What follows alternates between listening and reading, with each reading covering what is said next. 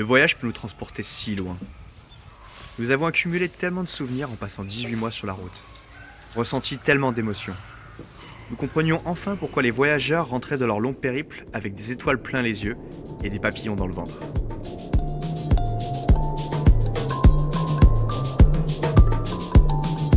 « 18 mois d'exploration de l'ailleurs s'achevaient. Nous rentrions de ces quelques instants d'éternité avec une nouvelle perception et des ailes fraîchement poussées.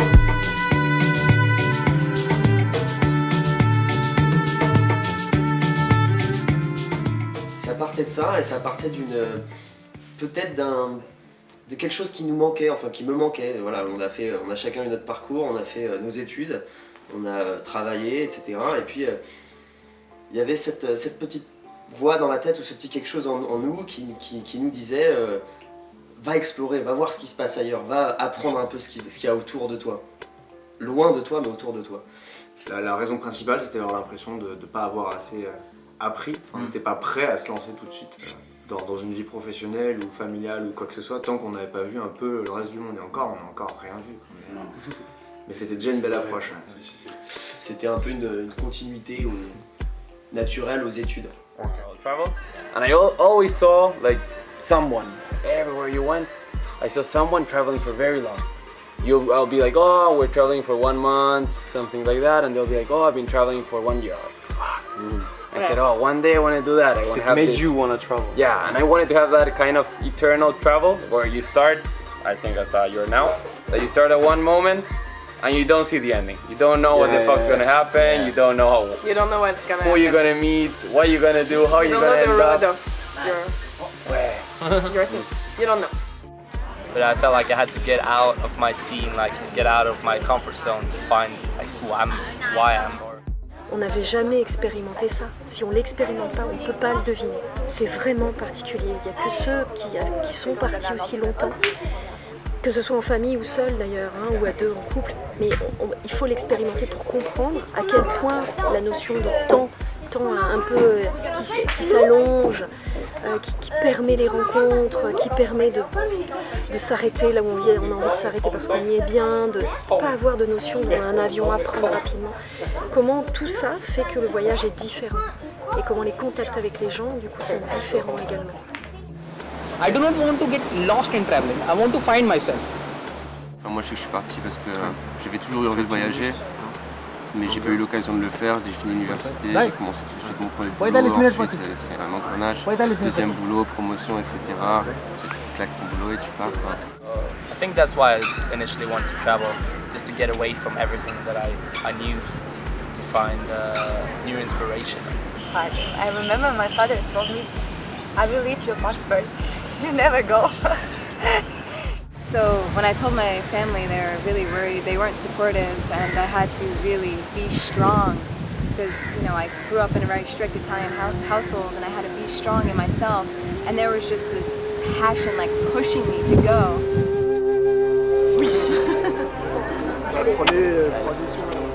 Eh Louis, on se voit aux Philippines. Hein. On est sûr?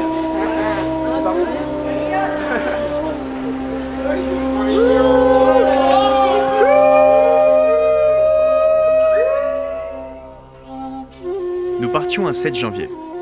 Sans se retourner, sans aucun doute, nous nous lancions à la découverte de notre inconnu. Sans aucune date de retour, sans aucune idée réelle de la direction dans laquelle nous allions nous diriger. On se lançait dans le vide. Nous avions cette impression de voguer sur un océan sans horizon. C'est peut-être ça la liberté, l'infini. Nous choisissons le fascinant sous-continent indien comme point de départ, où tout voyageur en ressort secoué, inspiré, marqué à tout jamais. Nous allions régaler notre appétit de curiosité.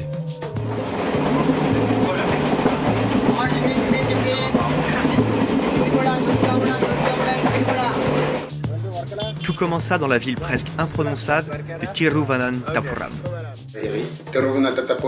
Il arrive toujours pas.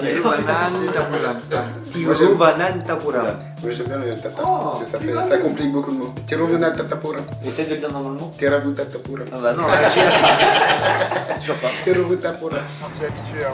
Alexis, là, il serait pas bien. Là. Et là, on est arrivé dans le cafouillage, c'était le...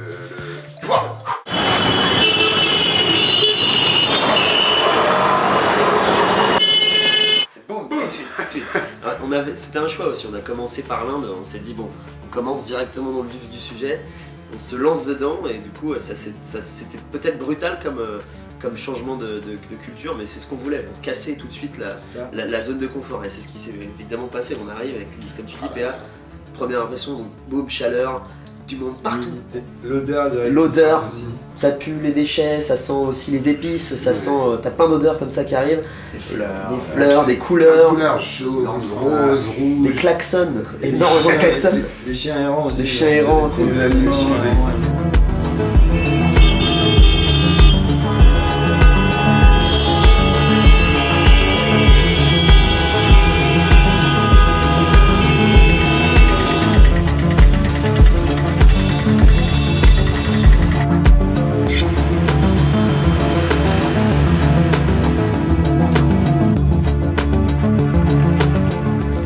L'Inde éveille les sens, à un point que nous ne pensions pas possible.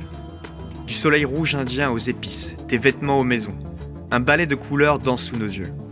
La douce musique indienne nous caresse les oreilles, les klaxons nous les déchirent. Notre odorat est plutôt secoué, mais toujours comblé par les fleurs ou l'encens. Ce n'est pas un réveil des sens, mais bien un éveil. On oublie tous les principes et les règles que nous connaissions jusqu'ici. L'Inde est un autre monde, et pour nous un sentiment de nouvelle naissance. On a tout à apprendre. Il ne s'agit pas de comparer avec chez nous. On se laisse porter. Et doucement, on commence à l'assimiler, pour finir par se faire envoûter.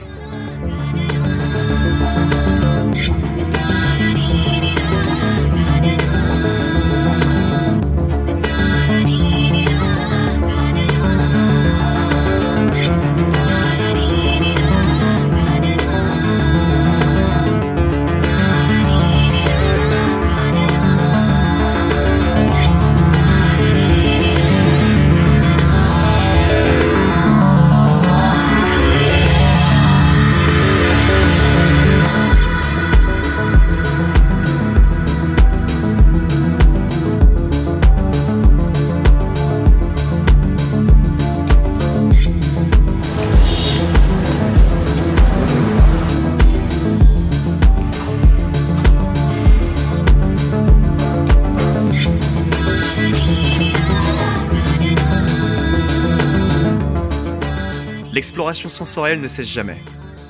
La cuisine séduit nos papilles. On redécouvre le toucher, car ici on mange avec les doigts. C'est tellement plus savoureux.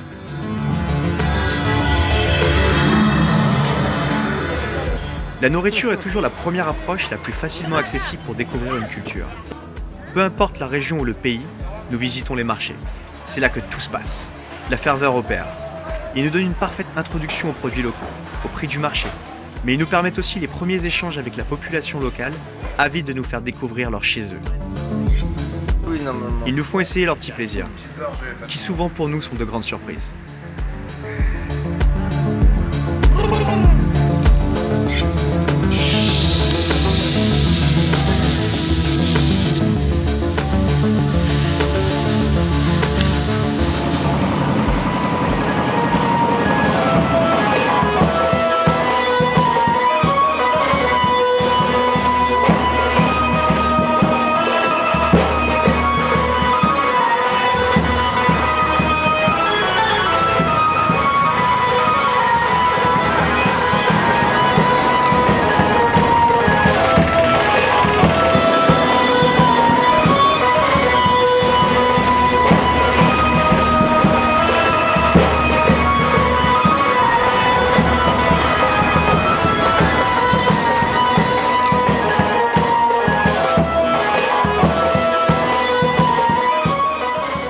Le chemin se poursuit et se dessine au gré des rencontres.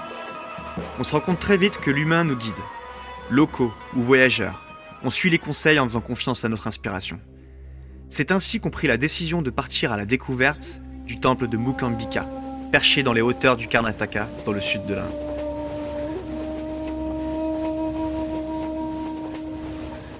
C'est une forme de découverte, de récompense, parce que nous, dès le départ, c'est ce qu'on voulait. On voulait vraiment s'écarter du touristique et pour trouver l'authentique, ce qu'on dit souvent.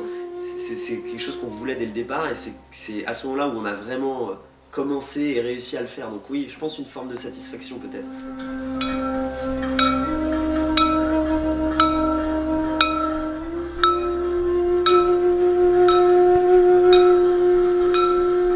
Parce que c'est ce dont tu parlais au début, que le chemin humain c'était inhérent, et que c'était ça qui allait vraiment dessiner notre voyage. Je pense que c'est ce jour-là où on en a pris vraiment conscience, et que ça a vraiment commencé.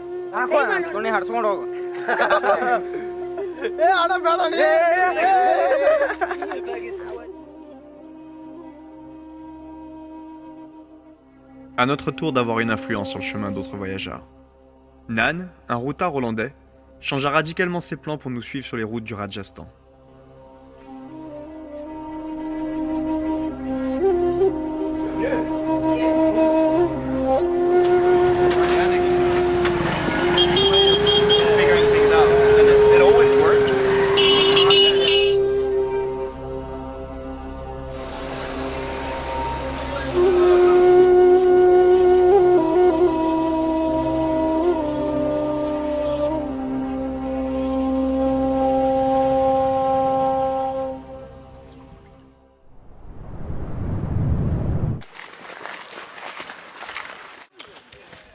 Nous avons adopté une vie nomade.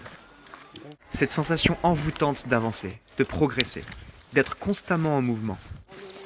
Quand on ne se laisse pas porter par la multitude des transports locaux, nos jambes font le travail. La marche nous fait découvrir le monde tel qu'il est. Chaque pas nous porte vers d'autres horizons et laisse le temps à l'esprit de doucement se construire, s'élargir.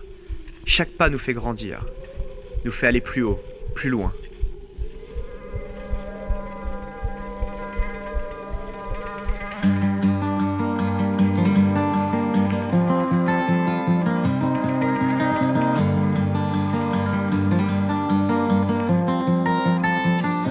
She said, young boy, where you traveling to? I said, darling, the same place. On fructifie toutes ces expériences grâce aux rencontres. Nous croisons le chemin de voyageurs venus de partout. Nous venons tous d'endroits différents, de milieux différents. Nous n'avons pas le même âge, ni forcément les mêmes goûts. Mais nous partageons tous le même rythme de vie. On remarque rapidement le nombre impressionnant de filles voyageant seules. Ça fait maintenant presque 9 mois que je suis partie, toute seule, comme une grande. 4 years, not 5. But totally, yeah. My first trip was in Japan, so totally 5. Mais j'avais cette petite voix intérieure qui me disait il faut que tu ailles, c'est le bon truc quoi, là, même si tu flippes Marine, c'est pas grave, ça va bien se passer, tu vois. Et quand j'ai décollé, là, tout s'est évaporé d'un coup, c'était hyper étrange. Et quand j'ai atterri, après, bien sûr que tu vois au début, t'as des manques de repères, parce que t'es toute seule, tu peux pas te reposer sur un pote, t'es aussi un peu au début dans la méfiance, parce que tu sais pas si tu peux faire confiance à tout le monde, parce que tu te connais pas en fait, parce que tu sais pas quitter quoi au début. Donc quand tu sais pas quitter, bah t'as confiance en personne quoi. Donc en fait c'est un processus un peu interne qui est un peu bizarre au début, tu comprends pas trop. Et après, je sais pas ce qui s'est passé, mais j'ai été pris par une dynamique grâce à tous les gens qui m'ont aidé aussi, où je me suis lancée un peu toute seule. Voyager seul est une aventure à part entière, l'ultime liberté, où on se retrouve livré à soi-même en se fiant uniquement à son propre instinct. You can leave anytime you want. You can just, if you're with a group of friends, that doesn't turn out to be your friends. After a while, you can just book a bus the next day. Don't tell anyone. You can just leave. It's freedom. It's a perfect way of freedom. Certains n'hésitent pas à embarquer leur petite tribu avec eux. Ils se lancent en famille dans le voyage à long terme. Donc en fait c'est souvent ça, c'est-à-dire qu'un enfant ça permet, oui, d'ouvrir des portes, de très facilement entraîner des conversations. Moi je trouve que le voyage en famille c'est extrêmement intéressant, c'est enrichissant.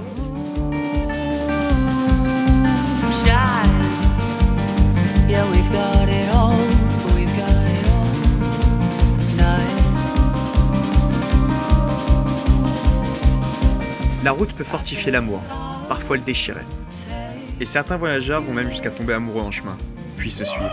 C'est le cas de Miguel et de Marine. Me, I've been traveling now 11 months, a little bit more. I started in February last year, 2014. Almost 1 year. But it feels like nothing. The last 4 months, I've been traveling with Marine, and those months have passed very, very fast now. The other day we were talking. Fast. We were on the bed at night, like, you sure it's real? Ouais. Yeah. Là, j'ai rencontré Laurence. Après. Il y a environ 2 ans de temps, on s'est rencontrés. Ça a toujours été clair dans notre relation. J'avais toujours dit, moi, après ma maîtrise, je pars en voyage. Puis là, tranquillement. Au début, je n'étais pas inclus dans le projet. Puis c'était lui tout seul. En gros, si ça se passe bien pendant ce voyage, il n'y a pas de raison que ça se passe mal après. Et par contre, si ça se passe pas, ça veut dire que ça marchera pas. Quoi. Ouais.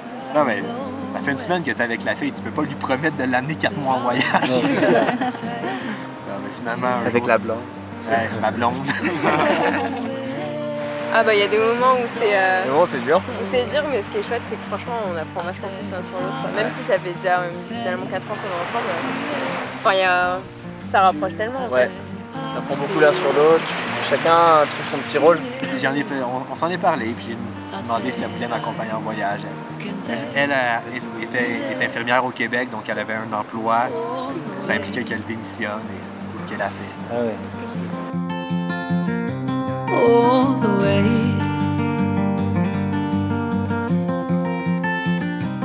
I see hillside and acres of green. I feel the water, it carried me upstream. And I feel I'm thirsty, I think I'll dive in. So why don't you join me and break the water's skin? Well, I don't know where I'm going, but I'll take. Amis depuis l'enfance, nous faisons le pari de se lancer à 4. Plutôt une drôle d'histoire, ça aussi. Mais c'est vrai qu'on n'a pas retrouvé de groupe de potes, enfin, tout du moins à 4. Surtout pas de meufs. Surtout, ouais, on a dû en croiser, mais ils étaient des meufs, voilà. toutes seules. Faut apprendre à faire des concessions, voilà, c'est ça. Des compromis, tout en pensant quand même à soi, c'est important. On met le jeu de côté quand on parle du groupe, mais il faut arriver aussi à faire ce qu'on aime. Donc pour faire ça, faut arriver à tous s'entendre. Voilà, pour le coup, nous ça marche, ça fonctionnait très bien parce que comme tu disais, on se connaît. Notre chance, ça a été qu'on se connaisse depuis tous des années, 10-15 ans, et qu'on se connaît tous très bien et qu'on a vécu ensemble, c'est vrai. Donc c'était peut-être une facilité dès le départ, mais voilà, il a fallu modeler, apprendre. Vas-y. Enfin, il y a beaucoup de gens qui ont été étonnés de ça, qu'on soit partis ensemble d'une, et de deux, qu'on soit restés ensemble jusqu'au bout.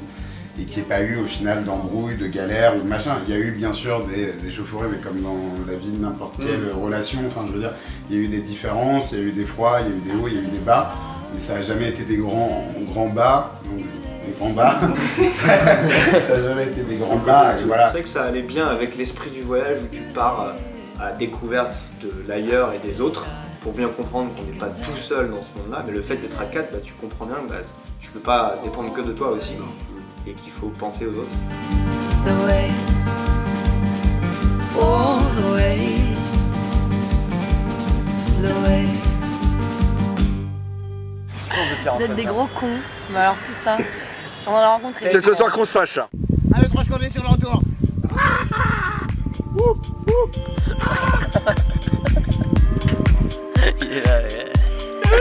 Yes, chauffeur.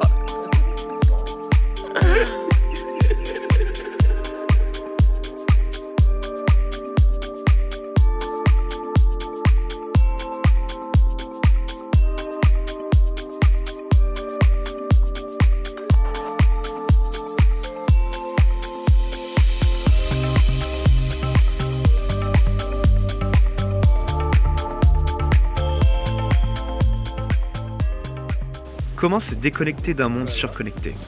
Depuis qu'Internet est partout, voyager à notre époque a une saveur différente.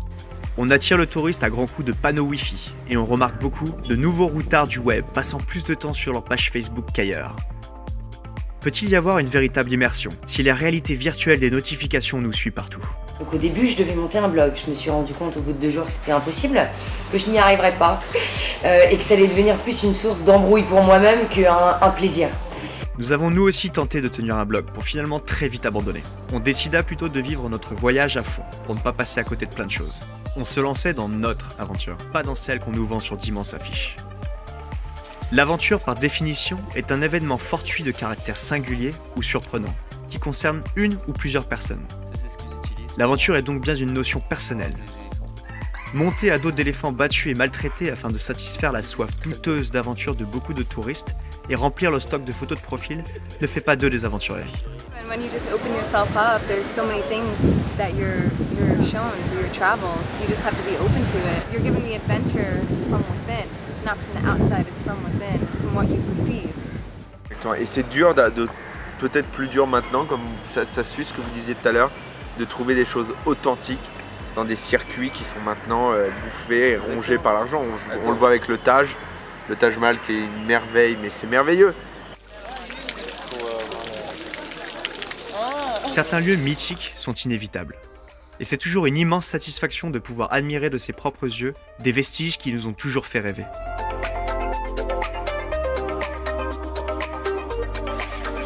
On se retrouve malheureusement souvent noyé dans une foule qui, comme nous, est venue voir l'immanquable. L'ogre touristique avale tout sur son passage. Afin de retrouver l'authentique, nous n'hésitons pas à faire étape dans des endroits sans intérêt selon le tourisme moderne, mais qui au final délivrent toujours les plus grandes surprises.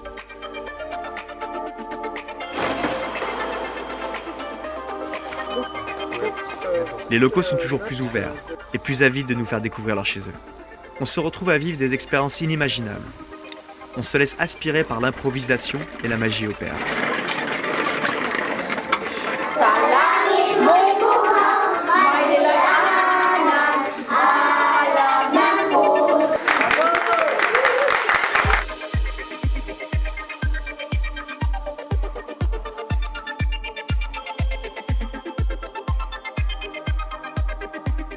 Sans toutefois éviter ces étapes qui sont selon certains routards beaucoup trop touristiques, l'île de Bali en Indonésie par exemple a tant à offrir. Loin de la frénésie des plages du sud de l'île, l'authentique est partout, et la population locale parmi les plus accueillantes de notre périple. Il ne faut tout simplement pas hésiter à sortir de ces fameux sentiers battus.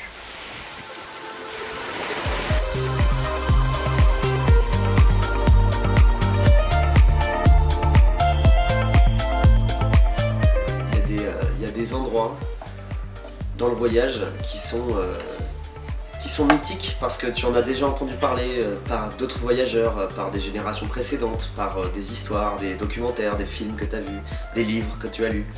Et ces endroits-là, par exemple, je cite comme ça Goa, tu vois, qui était à l'époque complètement différent. Ouais. Voilà, lieu emblématique, exactement, complètement différent. Tous ces lieux qui sont mythiques et qui sont presque passage obligé dans le voyage. Tu te dis, il faut que j'y aille. Absolument, attends, il faut que j'aille voir ça, ce que c'est, tu vois. Et bien finalement, il y a une sorte de nostalgie et de déception parce que c'est plus du tout l'endroit que c'était. Déjà parce que l'époque est différente, parce que ce sont évidemment les gens qui font le lieu. Et donc voilà, il y a une certaine nostalgie dans ces lieux-là. C'est ça aussi qui nous a poussé un peu à voyager aussi. C'est te dire qu'il faut y aller maintenant, parce que tu sens qu'il y a beaucoup de choses qui changent trop vite. Et qu'après ça va être un peu trop tard, quoi, surtout pour certains pays. Puis on se dit, tu vois, Goa, on est allé 40 ans trop tard. Là, Korong, on y était au bon moment et pour le coup, vraiment à la bonne année parce qu'il y avait cette plage de 7 km de long, de sable blanc où il n'y avait absolument rien. Et ils construisaient un port qui allait ensuite amener Guesthouse, Resort, etc. C'était moi personnellement, c'était une des plus belles plages que j'ai vues. Cette plage de sable blanc avec ses rouleaux turquoise, là, vide, sauvage totalement.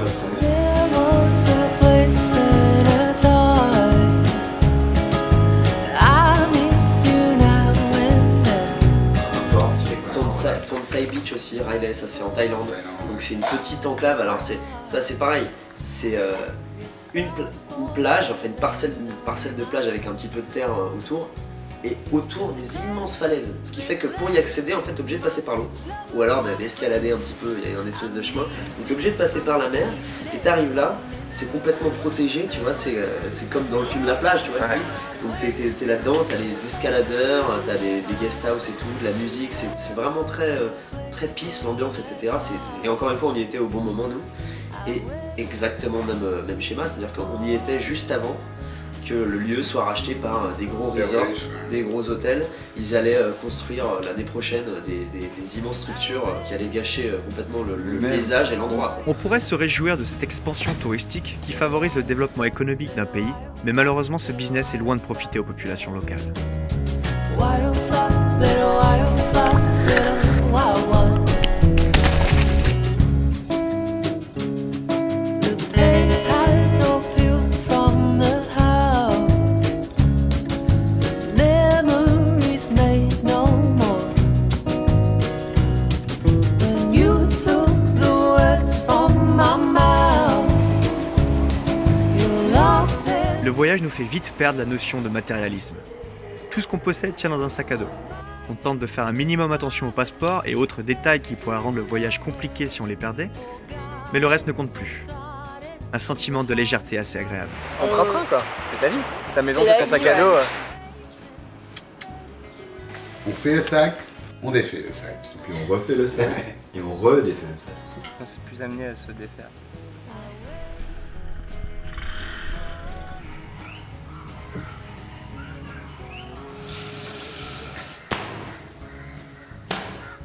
Trois, 4 vêtements suffisent. On retrousse les manches et on goûte au plaisir de la lessive à la main. En fait, j'étais une grosse superficielle, quoi, je pense. J'avais pas l'impression, je me mentais sûrement à moi-même, mais je pense que je vivais dans la superficialité de tout, alors que je n'avais pas l'impression. Donc là, en fait, j'ai pas changé, j'ai toujours mon groupe de potes, j'ai toujours les mêmes personnes qui sont à côté de moi, mais je suis juste recentrée, en fait, sur l'essentiel. Revenir à l'essentiel. Tout est là. On dépense peu. Chaque dépense se réfléchit afin de voyager le plus longtemps possible. On négocie tout. Ça fait bien sûr partie du jeu. Tout en acceptant parfois de payer les 10-20% de taxes de générosité, car oui, notre pouvoir d'achat est tellement supérieur à la moyenne mondiale, c'est vraiment le minimum qu'on puisse faire. Voyager pas cher nous fait vite oublier le confort. On peut dire qu'on tire carrément un trait dessus. Mais ça nous permet surtout d'être au plus proche de la population, de voyager avec eux pour mieux comprendre, pour mieux s'immerger. Voilà. On ne vit pas de grand-chose. On regarde autour de nous et on contemple. Donc là, on se lance dans la merde. On se retrouve parfois à passer des jours, voire des nuits entières dans les transports. Le voyage n'est pas tout le temps un long fleuve tranquille. Les pneus crèvent et provoquent des attentes interminables. Les ponts se brisent et coupent les routes. Les chevilles se tordent et les tempêtes finissent par arracher notre toit. Donc oui, le voyage est souvent fatigant, épuisant, éreintant même pour certains d'entre nous. Sans oublier les typhons qui nous font rater des avions. Et oui, car quand la mousson s'y met, on ne peut que subir.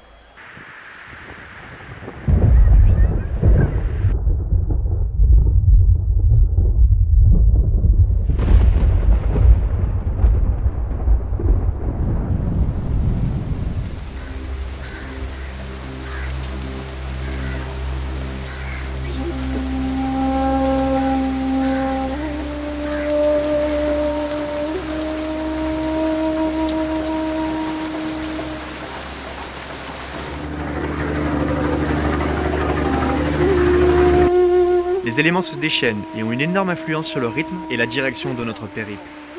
Mais chaque passage difficile se transforme en expérience. Même négatives, elles nous font avancer et créer des souvenirs ineffaçables.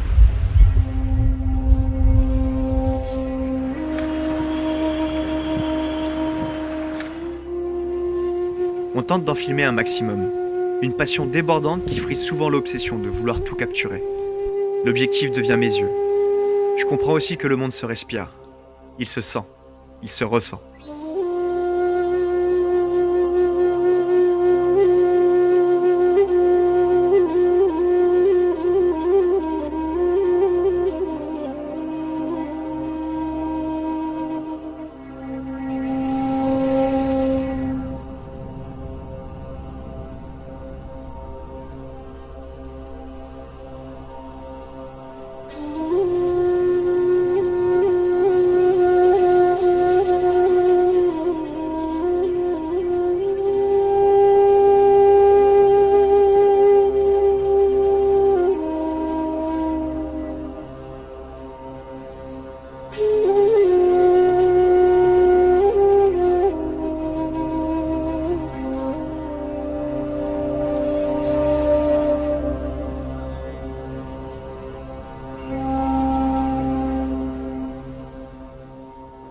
moment.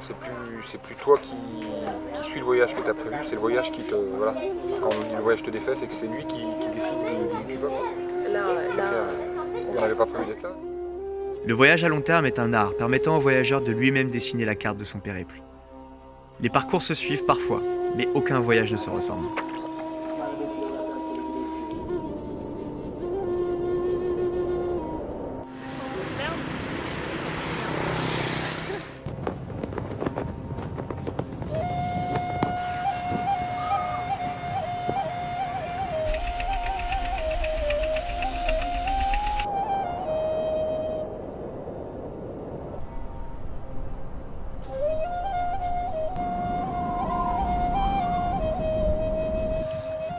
Ce voyage donne des idées, et plusieurs amis viennent nous retrouver sur notre chemin, histoire de goûter au plaisir de la route. Ça fait 10 fois qu'on demande notre chemin dans la rue pour cette guest house, et là on entend du haut d'un toit Allez Jaco !» Et ça y est, on les a retrouvés. Là t'es content, là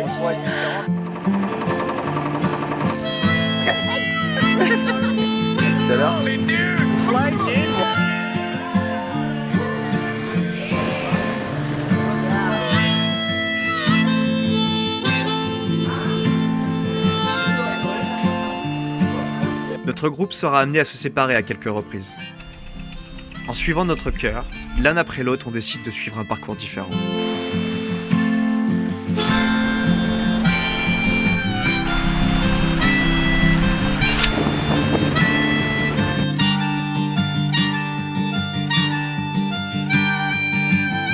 Le temps d'un moment éphémère pour mieux se retrouver derrière. On partage nos expériences et on reprend la route ensemble. Ensemble, on se bouge les fesses. Afin de ne pas être simplement spectateur du monde que l'on découvre, on file un coup de main.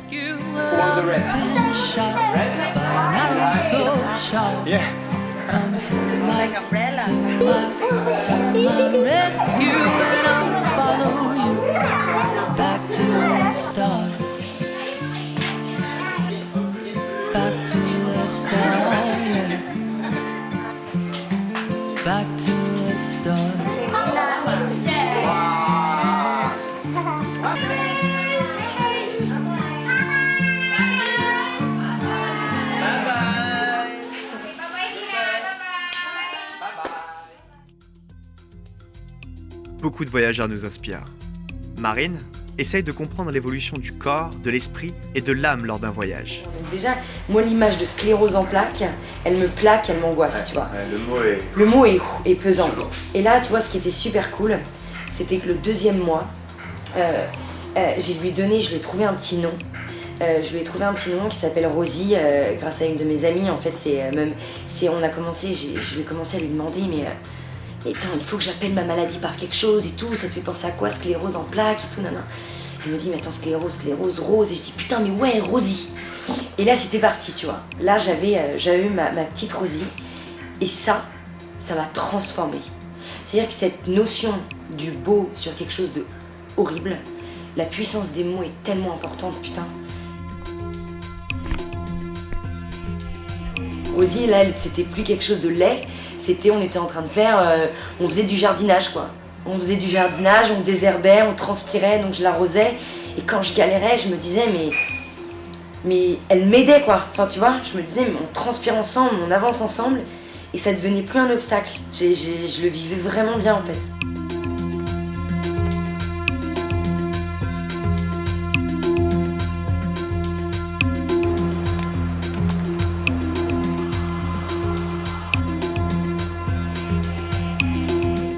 C'est la dernière étape où on monte l'1 mètre dans le pont là. Ensuite on arrive à Chigny.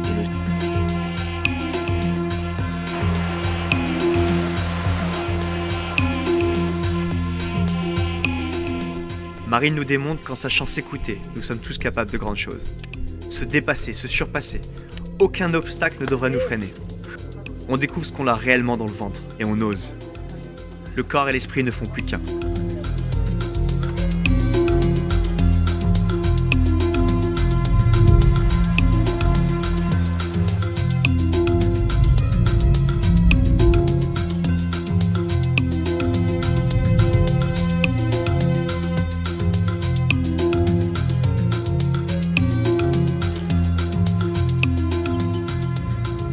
On se lance sans trop hésiter et c'est là que les choses les plus inattendues nous arrivent. On se fait escorter par la police en Inde. On joue à la pétanque au fin fond du Laos. On déguste le meilleur thé du monde sur les hauteurs de Darjeeling. On se fait offrir un bouquet énorme de plantes magiques par une grand-mère. On célèbre le nouvel an laotien en dansant avec des petites grand-mères et des enfants, le tout en s'arrosant à coups de seau d'eau. Et oui, le monde est aussi une fête.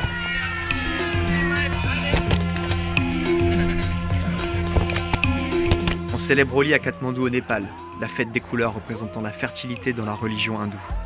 On n'oubliera jamais la population de cette ville, frappée quelques semaines plus tard par un terrible tremblement de terre. Et ils n'oublieront jamais Péa non plus.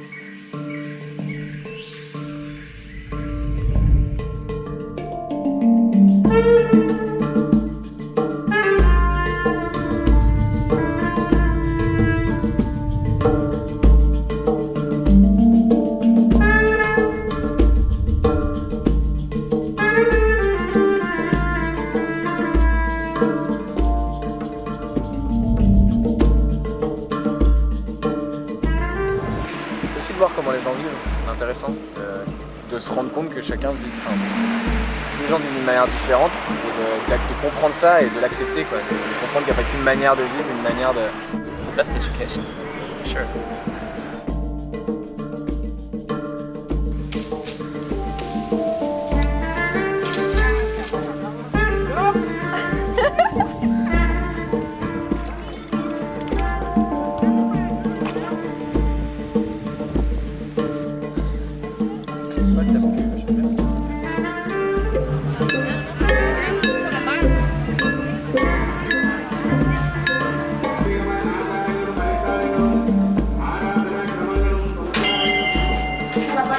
Il est facile de savoir qu'on vit tous différemment, mais il est plus compliqué de l'assimiler et de réellement l'accepter. On ouvre les yeux sur le monde en arrêtant de se regarder le nombril. Il n'est pas simple d'enlever ses œillères en restant chez soi. Enfin, nous comprenons les habitants de cette planète. La prise de conscience étant même à notre hôte, la nature, la terre. It is actually a really, really nice, warm, good place. Everything is alive and everything is connected. You know? Je suis intimement convaincue que la nature pourrait nous permettre un équilibre personnel, un équilibre au niveau de la santé, au niveau des humeurs, au niveau des sensations, un équilibre parfait. Moi, j'ai jamais marché de ma vie. Enfin, tu vois, aller chercher une baguette de pain en face de chez moi, ça me fait chier alors que c'est à 5 minutes, tu vois.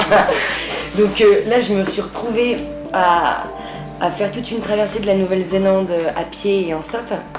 Et j'avais mon sac à dos, mes baskets, mais sans la nature autour, mais j'y serais jamais arrivée. Mais jamais. Et je peux pas l'expliquer parce que ça paraît tellement débile de dire ça. Mais vraiment, quand je marchais, c'était ça qui me nourrissait, qui me disait « Mais vas-y ma poule là !»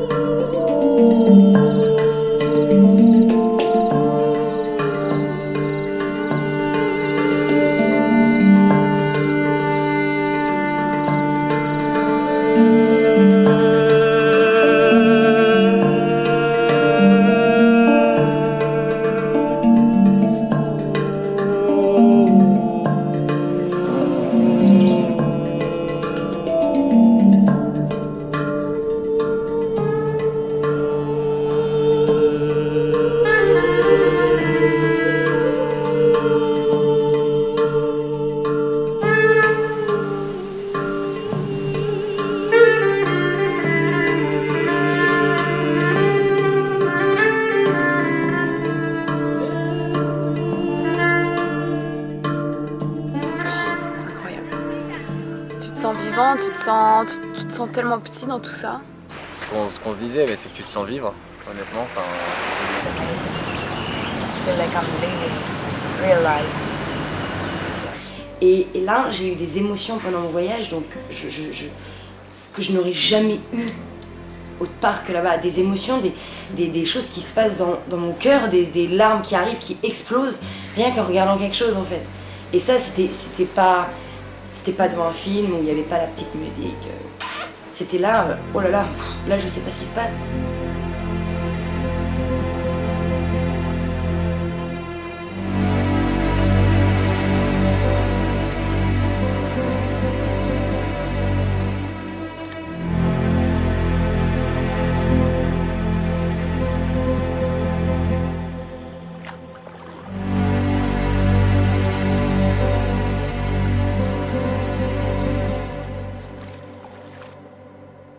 Comme tu es en improvisation constante et que tu n'as pas trop d'impératifs, au final, c'est cette notion de temps qui devient ton seul et unique trésor. Et c'est ce qui fait que ça rend la chose magique.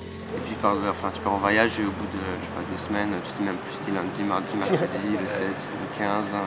Ça, c'est vraiment cool, quoi. Sans date de retour et d'aller vraiment là où tu as envie d'aller et de pouvoir prendre le temps.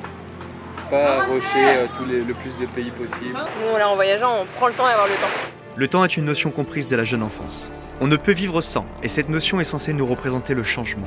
Mais le questionnement se porte sur sa nature.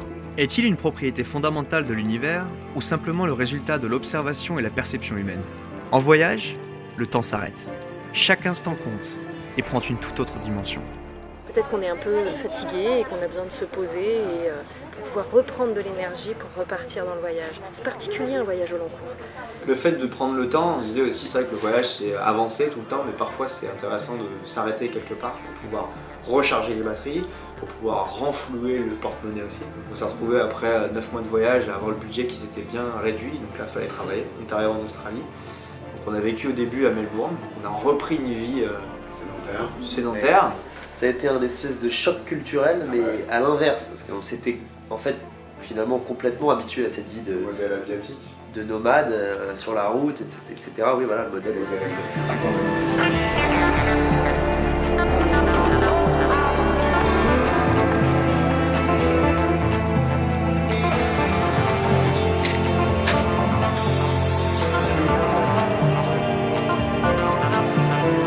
Merry Christmas.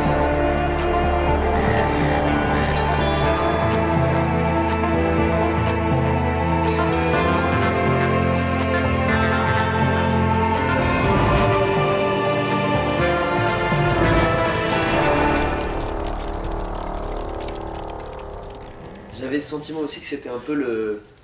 On y retourne, ça y est, c'est là, on the road again. Ouais. C'était, Ah bah, on retourne sur la route les gars, on prend la route, on va voyager, etc. Ça faisait quoi 6 mois qu'on était posé à Melbourne, ce qui en soi n'est pas énorme, mais on reprenait le chemin, on reprenait la route, Ça le vous voyage. manquait?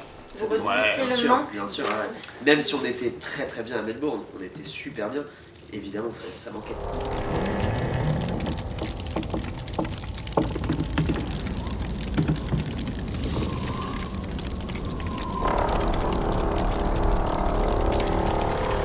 So what? How the fuck did you end up in Warren? Warren! Say, how the fuck did you end up in Warren?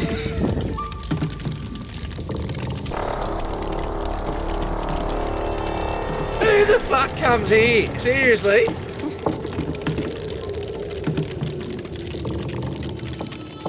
C'est un immense hasard qui nous a conduits à Warren, au fin fond du New South Wales en Australie. À la recherche d'un travail en ferme, qui est un passage obligé pour l'obtention d'un second visa de travail, nous nous sommes perdus sur de longues et interminables routes de l'outback australien. On s'est vu proposer de travailler pour une ferme familiale à plus de 2h30 de la première ville et 1 heure d'un premier village de quelques centaines d'habitants. L'occasion idéale pour renouer avec la nature et le calme. Les premiers jours sont épuisants mais idylliques dans ce cadre incroyable. Nous apprenions la vie de la ferme et le travail acharné. Mais au bout de quelques semaines de solitude, nous commencions doucement à ressentir un manque terrible, l'humain. Nous avions soif de nouvelles rencontres. Et faire ça partout. Fairly dusty and Yes, welcome to hell.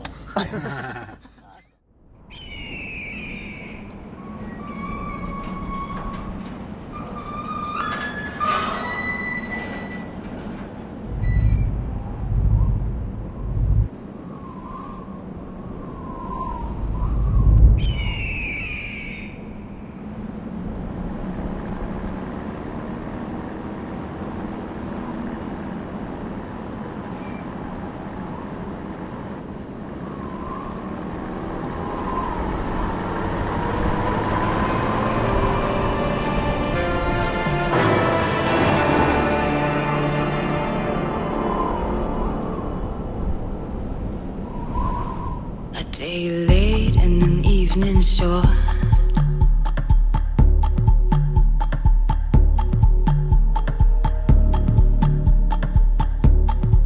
I burn my bridges and there's still no word.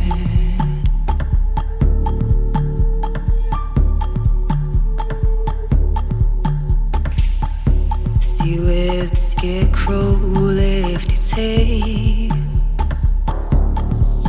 Une fois notre mission terminée, il était temps pour nous de reprendre les longues, très longues routes australiennes.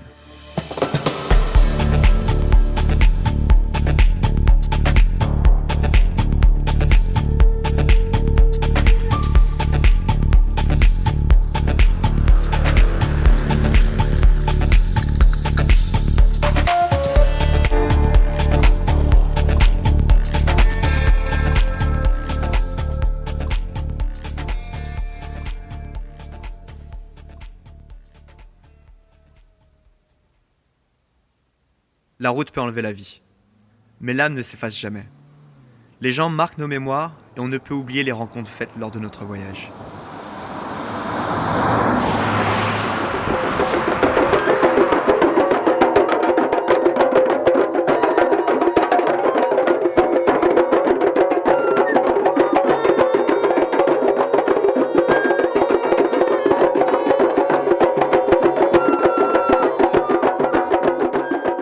L'humain est beau, l'humain est bon. Il a tant d'amour à donner. Non, le monde n'est pas uniquement rythmé par la guerre et la criminalité. L'être humain est accueillant, donne plus qu'il ne reçoit et connaît le sens du partage. Ces notions s'oublient beaucoup trop souvent chez nous. En voyage, nous vivons des rapports humains profonds, chaque jour. Si un jour on dit ne voyage pas, c'est dangereux. Ce qui serait réellement dangereux serait d'écouter et de ne pas y aller. Foncez. L'humain est bon.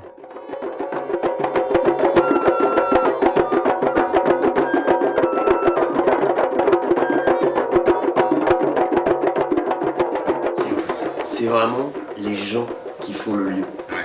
Et ça, dans tous les endroits qu'on a fait. N'importe où. Et là, on est allé s'installer dans un endroit vraiment unique, qui se trouve être Rose Bay, et c'est une toute petite baie, où il y a un petit campement, où là, il y a plein de voyageurs de partout qui essayent de trouver des jobs dans plusieurs fermes, par-ci par-là.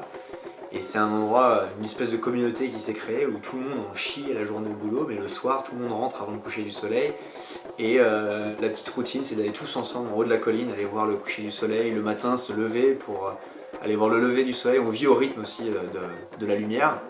Et tout le monde partage les légumes ensemble le soir, parce que tout le monde bosse dans des fermes de légumes différents, donc on les met tous ensemble le soir, et ça cuisinait dans tous les coins, et ça se retrouvait. Et c'est un de ces lieux qui était certes magique par la beauté de la nature et la météo et tout ça, mais la communauté qu'on avait créée, on parle souvent de l'humain qui est au centre de tout, c'est ce qui a fait la différence. C'est-à-dire qu'on est resté là-bas pendant 2 mois et on a l'impression d'avoir créé un monde entier en fait.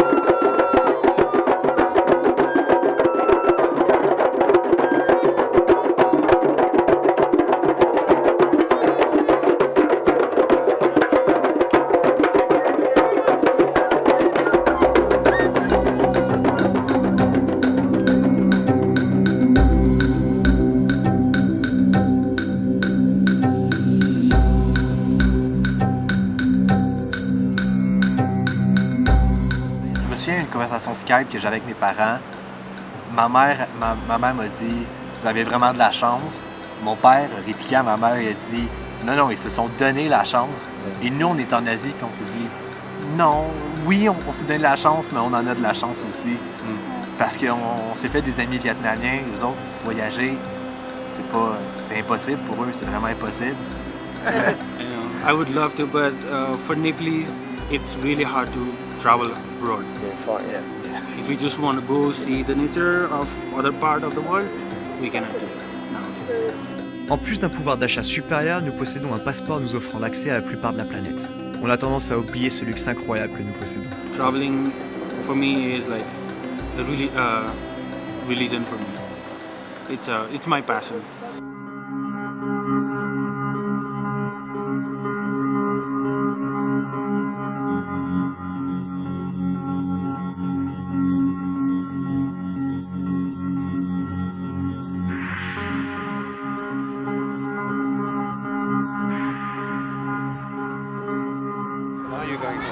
Now I'm going home.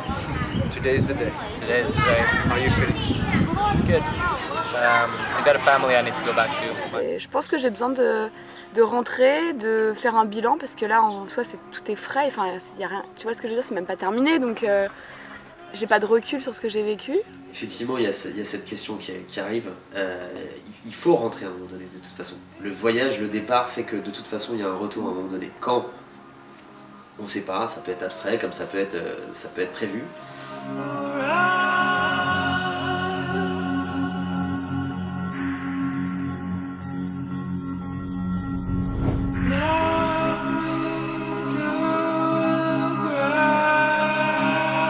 When you go home after traveling for a long time, it really advances you.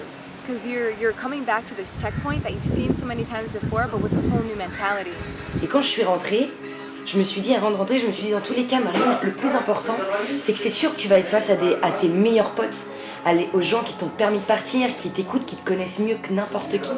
Tu vas être face à eux qui, eux, n'ont pas forcément fait ce voyage, qui sont restés dans leur quotidien, mais qui est aussi bien, qui sont restés avec leur boulot, etc. Mais c'est avec eux que tu vas réussir à fructifier tout ce que tu as appris pendant ton voyage. Le retour provoque un bouquet d'émotions. Le pincement au cœur est bien plus que présent. Il fait mal. Mais il se mêle à l'excitation, à la joie intense de retrouver ses proches, voir comment l'entourage a évolué. C'est à ce moment du retour que nous prenons conscience du temps qui est passé en notre absence. Non, le monde ne nous a pas attendus. Et nous sommes loin d'être les seuls à avoir vécu quelque chose.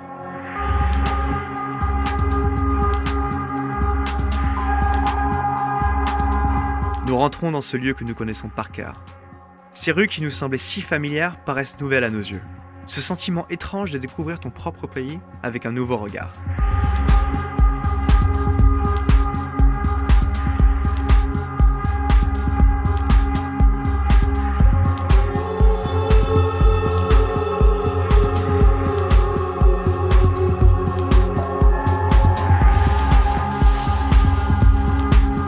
Après, ça a été dur.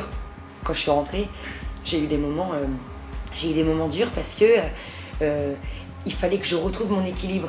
Mais moi, ce que je trouve hyper intéressant, et ce qui est beaucoup plus dur, c'est de ramener toutes ces sensations, cet apaisement, ce calme, cette réflexion, ici.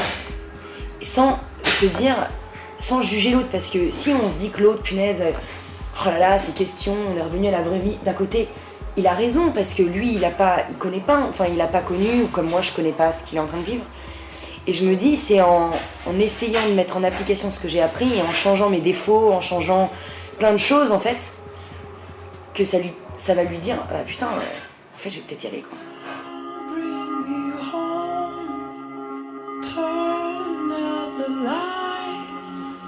Notre existence n'est que poussière. Et pourtant, nous prenons conscience de notre rôle d'être humain et du pouvoir des connexions humaines. Loin de vouloir prétendre tout savoir sur tout, un changement radical de notre conscience s'est opéré. Le voyage à long terme changea notre réflexion et notre perception sur le monde. Tout est infini et sans limite. Nous avons en effet retrouvé nos yeux d'enfants capables de s'émerveiller de la chose la plus simple. Il existe plusieurs façons d'atteindre ce stade. Nous l'avons accompli sur la route, sur notre chemin. Depuis, je me sens tellement mieux, je me sens moi. Alors qu'avant, j'avais l'impression qu'il y avait, je sais pas, un voile, une sorte de voile qui... I had this feeling that I woke up